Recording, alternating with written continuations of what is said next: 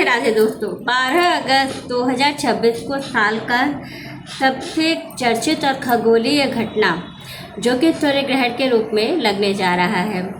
लेकिन क्या यह सूर्य ग्रहण भारत में दिखाई देगा? क्या भारत में इसका सूतककाल मान्य होगा? क्या इस दिन मंदिर बंद रहेंगे?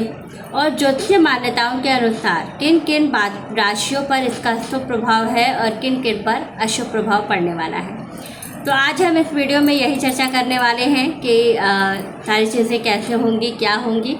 तो चलिए वीडियो शुरू कर लेते हैं। डिटेल में सारी चीज़ें बताऊंगी कि गर्भवती माताओं को किन किन बातों का ध्यान रखना है, ग्रहण के दौरान क्या करना है, क्या नहीं करना है। तो वीडियो अंत तक ज़रूर देखिएगा और अच्छे से समझिए कि क्या होने वाला है। सबसे पहली चीज़ है कि ग्रहण कब लगेगा। तो 12 अगस्त 2026 को सूर्य ग्रहण लगेगा। यह एक महत्वपूर्ण खगोलीय घटना है जिसे दुनिया के कई देशों में देखा जा सकेगा। लेकिन सबसे महत्वपूर्ण बात है कि क्या यह भारत में दिखाई देगा और क्या यह हमारी राशियों पर असर डालेगा। तो देखिए, सबसे इम्पॉर्टेंट चीज़ है कि जो ये ग्रहण है ये भारत में दिखाई नहीं देगा और ना ही इसका कोई सूतक काल जो है भारत में मान्य होगा। लेकिन सूतक काल मान्य नहीं होगा वो बात तो ठीक है, लेकिन जो सबसे इम्पॉर्टेंट चीज़ है कि इसका हमारी राशियों पर क्या असर पड़ेगा। क्योंकि देखिए, हम सभी एक ब्रह्मांड के नीचे ही रहते हैं, चाहे हम भारत में रहें या कहीं पर भी रहें। तो जो खगोलीय घटना जब होती है तो जो भी राशियों पे जो असर होता है वो सभी पर पड़ता है, चाहे वो कोई भी राशि हो। तो राशि जो परिवर्तन होता है या जो राशियों पर प्रभाव होता है ग्रहण का, वो ज़रूर पड़ता है। तो किन राशियों पर अच्छा प्रभाव होने वाला है और किन पर बुरा। तो सबसे पहली चीज़ आप ये समझ लीजिए कि जो धार्मिक मान्यताओं के अनुसार जब ग्रहण किसी स्थान पर दिखाई नहीं देता है तो वहाँ सामान्यतः उसका सूतक काल मान्य नहीं माना जाता है। इसका अर्थ है कि भारत में रहने वाले अधिकांश लोगों के लिए मंदिरों को बंद करने की आवश्यकता नहीं है। पूजा पाठ सामान्य रूप से किया जा सकेगा। भोजन बनाने खाने पर ग्रहण के कारण कोई विशेष प्रतिबंध नहीं माना गया है। दैनिक धार्मिक कार्य सामान्य रूप से किए जा सकते हैं। यदि आपके परिवार या परंपरा में अलग नियमों का पालन किया जाता है तो अपने कुलगुरु या स्थानीय पुरोहितों से इसकी सलाह अवश्य लें। सूर्य ग्रहण का धार्मिक महत्व। सनातन परंपरा में सूर्य को प्रत्यक्ष देवता कहा जाता है। सूर्य ग्रहण के समय बहुत से लोग भगवान सूर्य की उपासना, गायत्री मंत्र का जप, आदित्य हृदय स्त्रोत का पाठ और भगवान विष्णु तथा भगवान शिव का स्मरण करते हैं।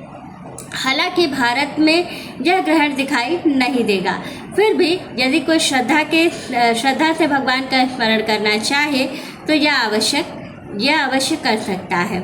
ग्रहण के दिन क्या करें। यदि आप आध्यात्मिक साधना करना चाहते हैं तो भगवान का नाम जप करें, गायत्री मंत्र का जाप करें, सूर्य देव को मन ही मन प्रणाम करें, जरूरतमंद लोगों की सहायता ज़रूर करें, दान पुण्य करें, अपने माता पिता और पूर्व गुरुजनों का आशीर्वाद ज़रूर लें। किन बातों से बचें। सूर्य ग्रहण दिखाई न देने के कारण भारत में विशेष प्रतिबंध लागू नहीं माने जाते हैं। फिर भी जीवन में हमेशा क्रोध से बचें, किसी का अपमान ना करें, झूठ और छल से दूर रहें, नकारात्मक विचारों को अपने ऊपर हावी ना होने दें। ज्योतिषीय मान्यताओं के अनुसार संभावित शुभ राशियाँ कौन कौन सी हैं। अब आती है विशेष बात कि किन राशियों के लिए ये ग्रहण जो है वो अच्छा रहने वाला है। तो जो आज की जो विशेष ज्योतिषीय मान्यताओं के अनुसार ध्यान रखें कि आगे बताई जा रही विभिन्न ज्योतिषीय मतों पर आधारित सामान्य मान्यताएं हैं। व्यक्तिगत कुंडली के अनुसार परिणाम अलग हो सकते हैं, लेकिन जो विशेष 6 राशियां हैं उनको इसका विशेष फल प्राप्त होगा। कौन सी राशियां हैं वो? तो मेष राशि, सिंह राशि, धनु राशि, मकर राशि, कुंभ राशि और मीन राशि को इसका अच्छा प्रभाव देखने को मिलेगा। तो मतलब अच्छा प्रभाव का कहने का मतलब ये है कि उनको जो विशेष रूप से जो उनका जीवन है वो किसी तरह की बाधा उनके जीवन में नहीं आएगी। साथ ही जिन लोगों को ध्यान रखने की ज़रूरत है, जिन 6 राशि वालों को, वो कौन कौन सी राशियां हैं। तो वृषभ राशि, मिथुन राशि, कर्क राशि, कन्या राशि, तुला राशि और वृश्चिक राशि वालों को विशेष रूप से ध्यान रखने की आवश्यकता है। किसी भी मैं एक चीज़ आपको सबसे पहले महत्वपूर्ण रूप से क्लियर करना चाहूँगी कि देखिए, किसी भी चीज़ का प्रभाव हमारी राशि के अनुसार ज़रूर हमारे ऊपर पड़ सकता है, लेकिन अगर हम विशेष रूप से जो भगवान का नाम जप है अगर करते रहते हैं और ईश्वर की शरण में हैं, तो हमें इसका कोई बहुत विशेष नुकसान नहीं होता है।